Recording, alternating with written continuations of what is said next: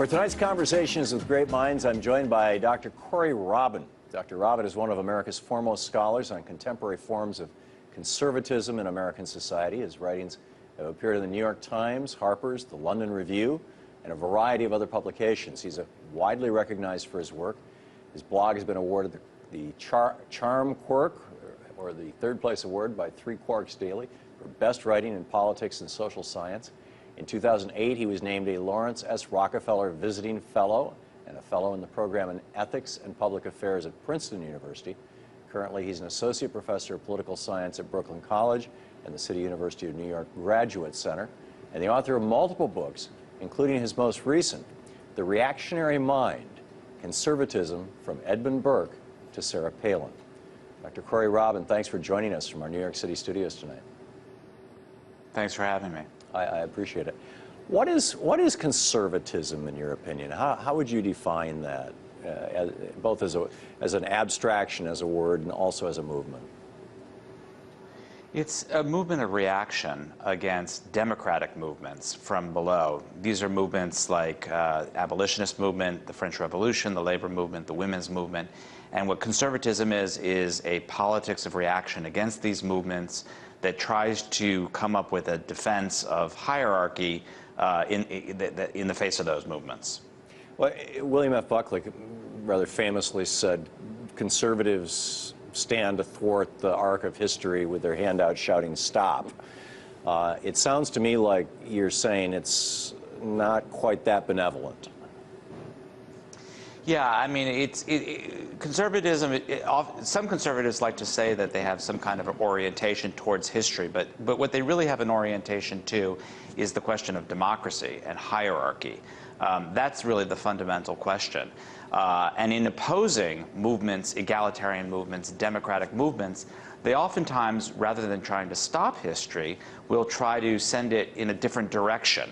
And so, again, from the beginning, with Edmund Burke in the 1790s up through the neoconservatives most recently, they're not trying to stop the direction of history. They're really trying to change the direction of history, trying to make it less equal and less free in many ways.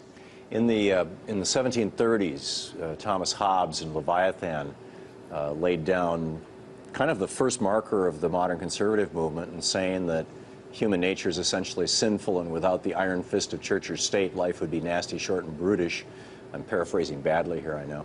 And also the modern liberalism, the idea that people can govern themselves, something that was picked up a generation later by Locke and Rousseau, and then a generation after that by Jefferson.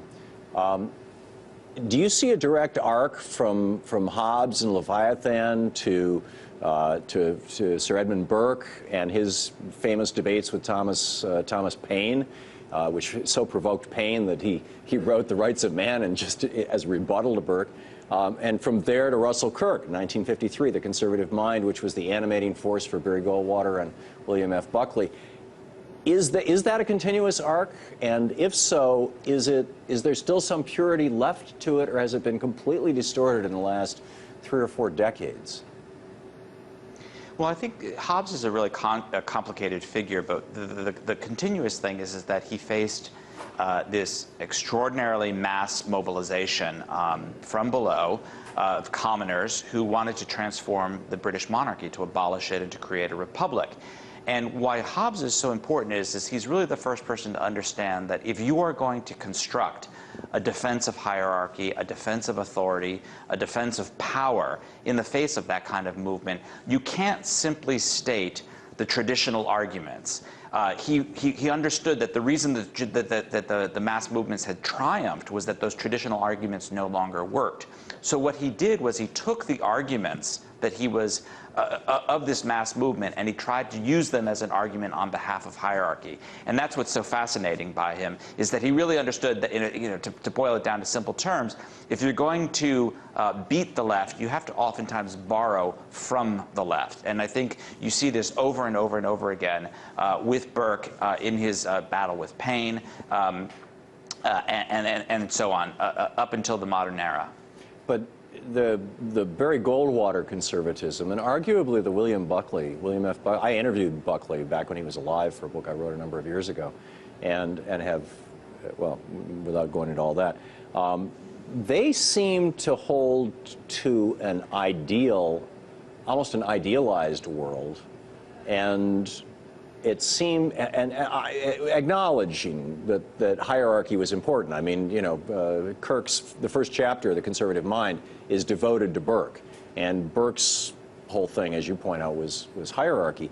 But there was utopianism that was associated with the Goldwater movement that drew in people like Hillary Clinton and me when we were teenagers. I was 13 when I went door to door with my dad for Barry Goldwater. And that seems, to have been largely lost and corrupted. You know, if there's any little piece of it left, it might be in the Ron Paul movement by modern conservatives. Modern conservatives seem to be not about the elegant discussion, but rather the defense of billionaires and transnational corporations. Am I misunderstanding this, or has there been some sort of a transformation or a coup, a seizure of conservatism by the very wealthy? Well, it's important that you note, first of all, this utopian element of conservatism, because it's oftentimes been denied by conservatives themselves and by historians, but I think you're absolutely right. And again, this goes back to the very beginning, that what's made conservatism such a kind of a strange animal and hard to get, you know, one's mind around is that it has been this defense of inequality, this defense of hierarchy, but it has been defended in extraordinarily utopian, oftentimes almost futuristic progressive terms. And Goldwater, in that regard, was very much in keeping with the conservative movement. Now, I would say in terms of the contemporary scene, I think you saw some of that, that kind of utopianism with the neoconservative movement that really dominated the Bush administration, the second Bush administration, in its vision of a kind of a modern American imperium. It was an extraordinarily utopian vision of the United States governing the planet and moving the wheels of history forward. And you know, that was the operative framework of the conservative movement up until, you know, several years ago. I mean, we're not talking, you know, ancient history here. I think what's going on today, to get to your question, is that conservatism, the conservative movement, has really succeeded in all of its, or at least in most of its primary goals. Remember, the modern conservative movement begins in the wake of the New Deal. It achieves a tremendous amount of momentum in the 1960s, and it really comes to power with Ronald Reagan.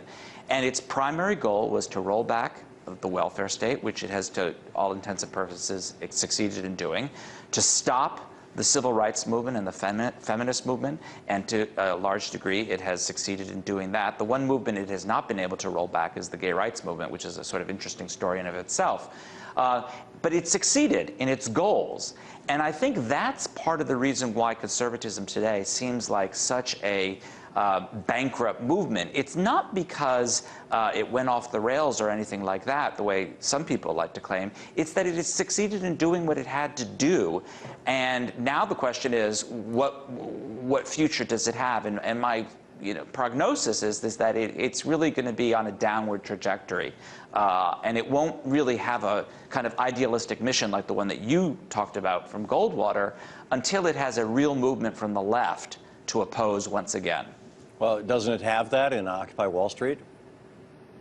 Well, that remains to be seen. It's very interesting. Occupy Wall Street is the beginning of something.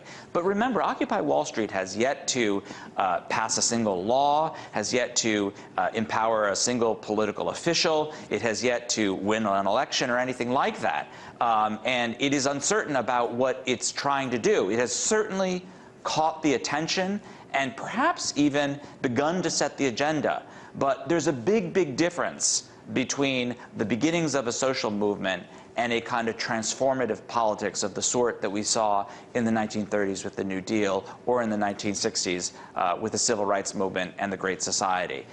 So I don't think it's until you're really going to see, until Occupy really becomes a kind of formidable political power that really can essentially get control over the political agenda and start legislating, then I think you'll begin to see the beginnings of a conservative backlash. But we just haven't seen it yet.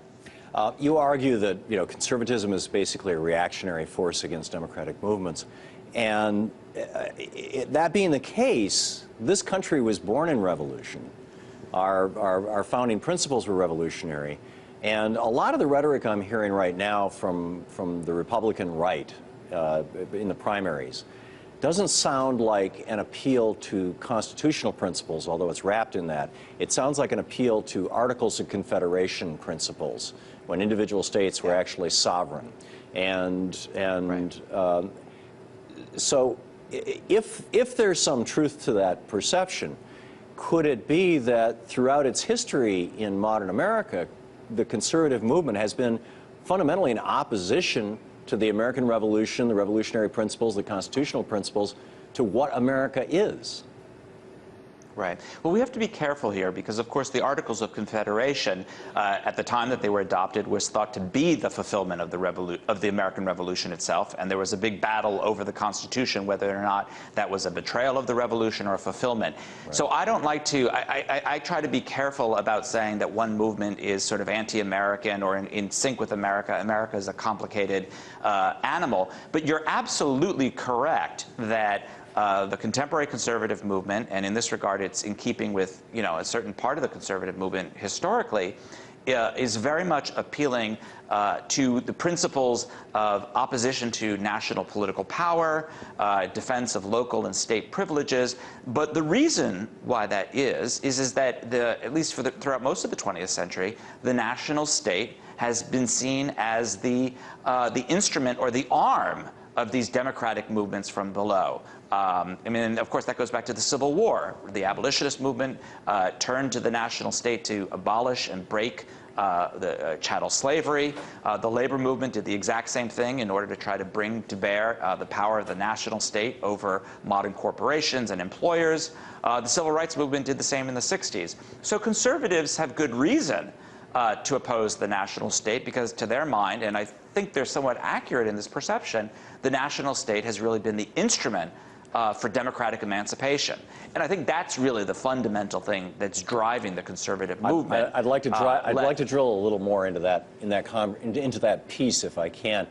We have to take a real quick break here. More Conversations with Great Minds featuring Dr. Corey Robin coming up right after this break.